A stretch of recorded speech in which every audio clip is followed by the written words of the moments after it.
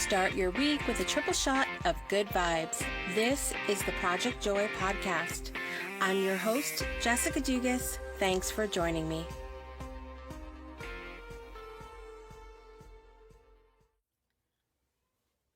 And now it's time for a story of joy. So it's really fun for me to talk about a period of time in my life when my brother Adam lived with me when I lived down in Florida.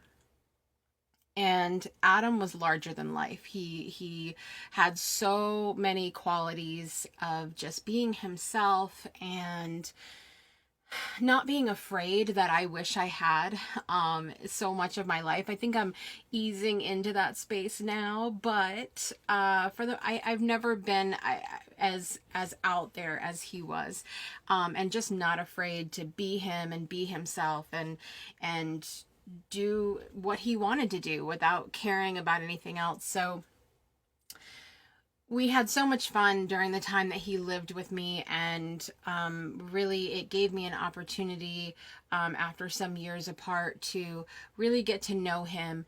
And so we used to have a lot of fun in anything we did, but even in the mundane, such as going to the grocery store.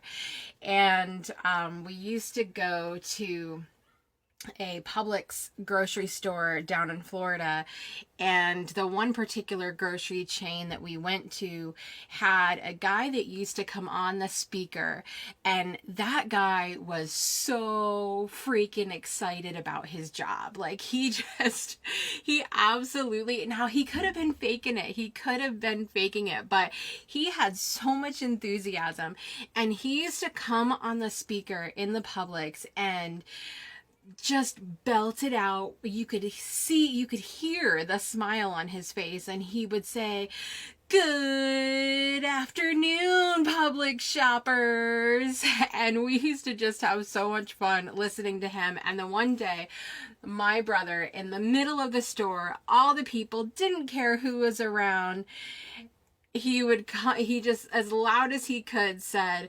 "Good afternoon, announcement guy." And everybody, of course, turned to look and was just laughing and having a good time in the store. And it absolutely made me laugh. I will remember that forever. It's funny though, because we talk sometimes about law of attraction and being high vibe and attracting the things you want to your life.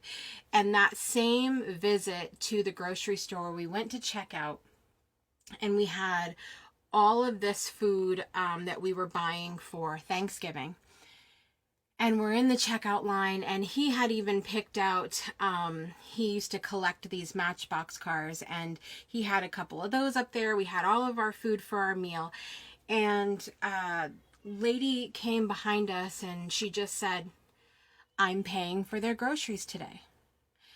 And Adam and I both looked at her thinking, "What?" And I was like, "Really?" And Adam was like, no, you're not paying for all this because, I've got my car up. Be like, "You're not buying a toy for me," and, all this other stuff. And she was like, no. She's like, "I have more than enough, and I'm going to go ahead and pay for your groceries today." And we were just so blown away. We were so excited and so thankful. And it was really the one thing that I remember in my mind that got me started of doing random acts of kindness in the name of my brother after he passed away. It was an amazing story, and I'll ask you today to feel the joy in that story with me and pay it forward to someone today, just to do something kind and spread more joy. And this has been a story of joy.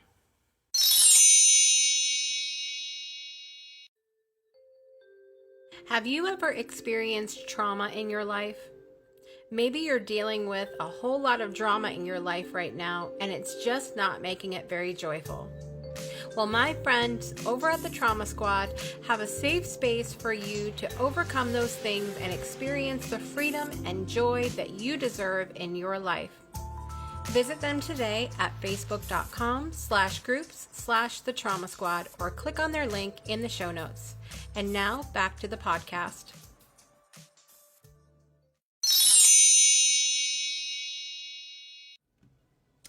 What's up, everybody? I am so excited to be back with you today for episode 3 of the podcast. Today we're talking about joy in grief. So this special episode of Project Joy is dedicated to my brother Adam, and I'll be talking about him a lot in this episode. So Adam, I love you so much, miss you like crazy, and thank you for everything, every moment that you were part of my life. So the interesting thing about joy is that although we may not say it out loud, we oftentimes have preconceived notions or rules somewhere in our mind or in our subconscious of when it's okay for us to feel joyful.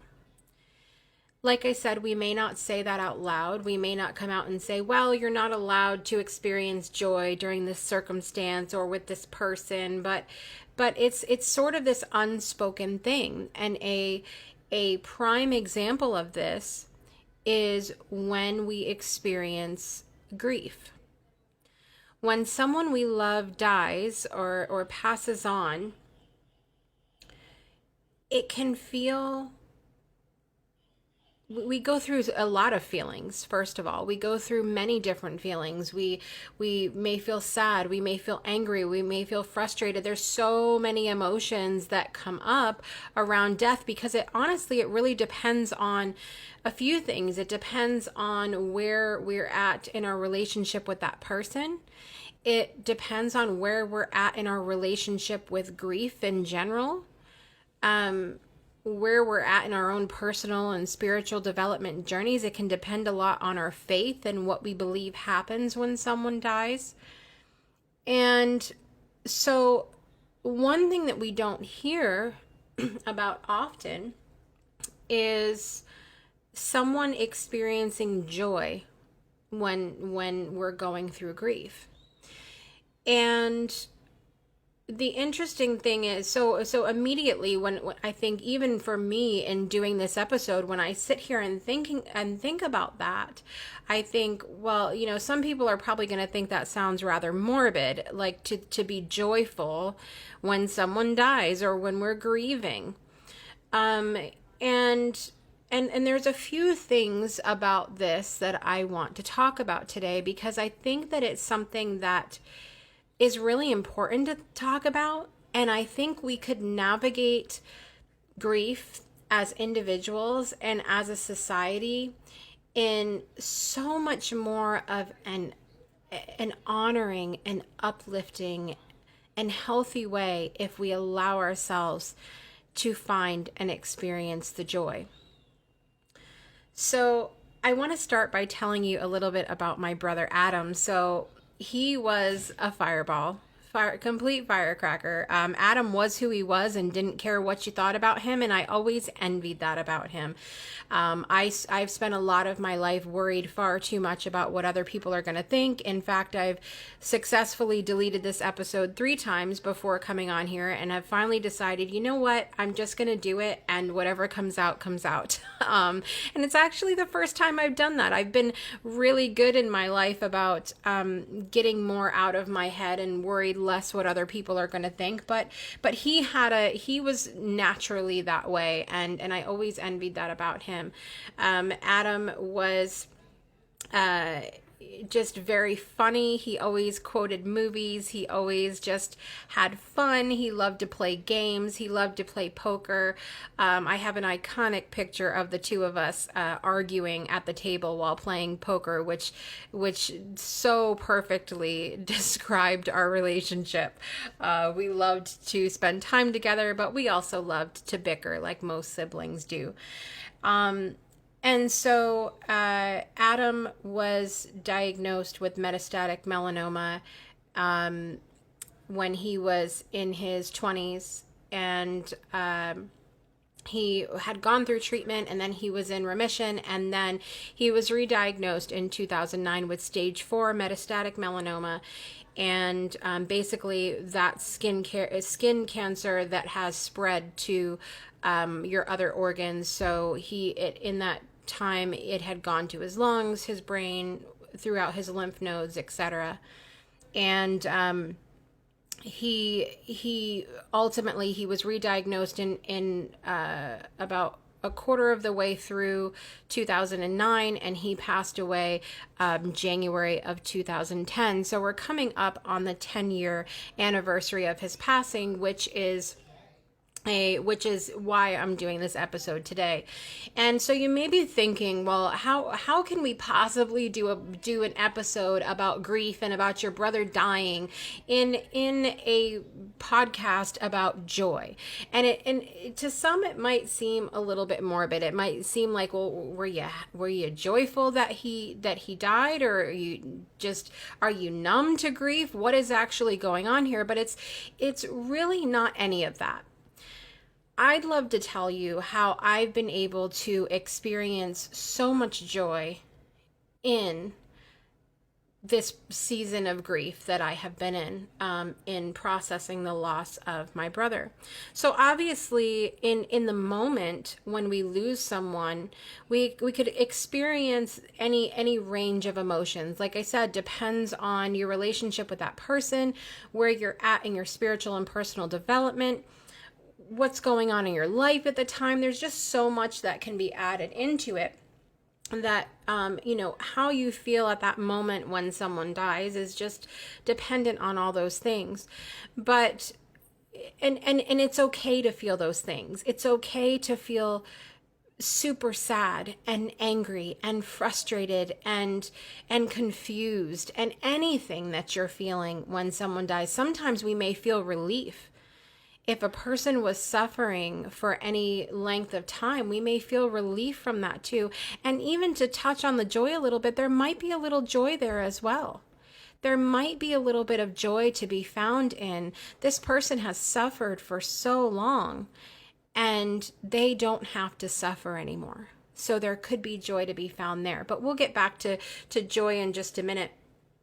So when Adam died, I felt all those things. I felt, the anger, the sadness, the frustration, the confusion, and because he was 24 years old. He was my younger brother. I was 4 years older than him. And so it brought up a lot of things, and I wrote about this in the international bestseller Shine that I wrote my story Lost and Found in. There was a lot that came up for me as well.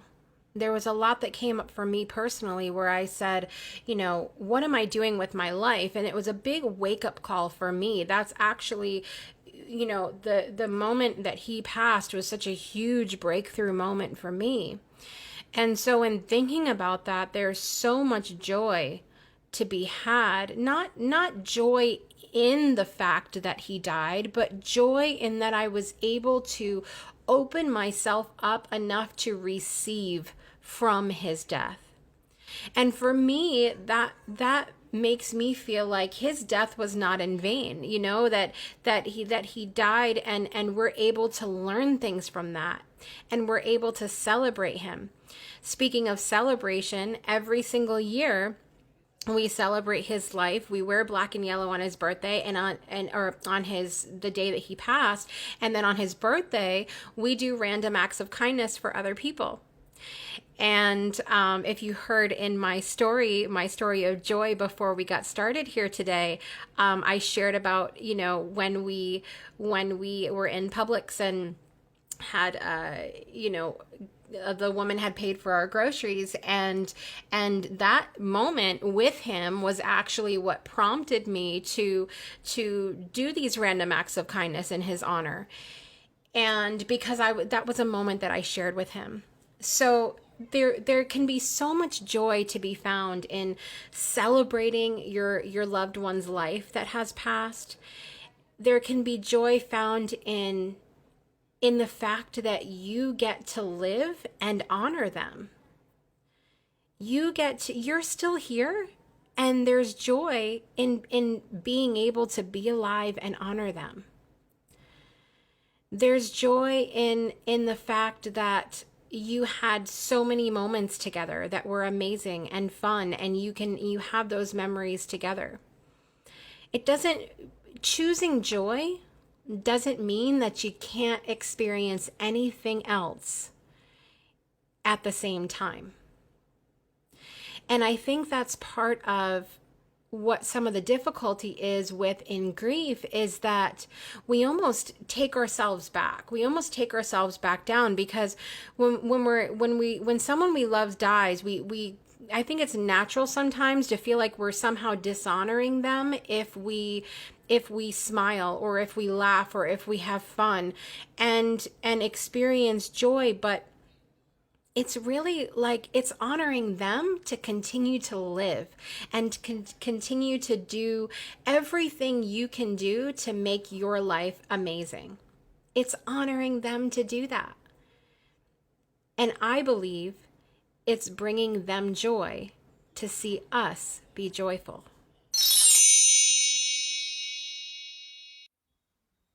Do you have an amazing moment of joy you've experienced in your life? Tell us about it by emailing us at projectjoypodcast@gmail.com. And now, back to the podcast.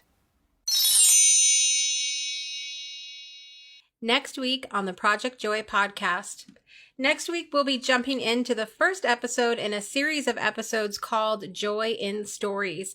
I will be coming to you the last week of each month, bringing on a special friend to share their perspective on a moment of joy in their lives. So thank you so much for joining me today. Please take a moment to rate, subscribe, comment, and share where available. And until next time, make joy a priority in your life today and every day. I'll see you next time.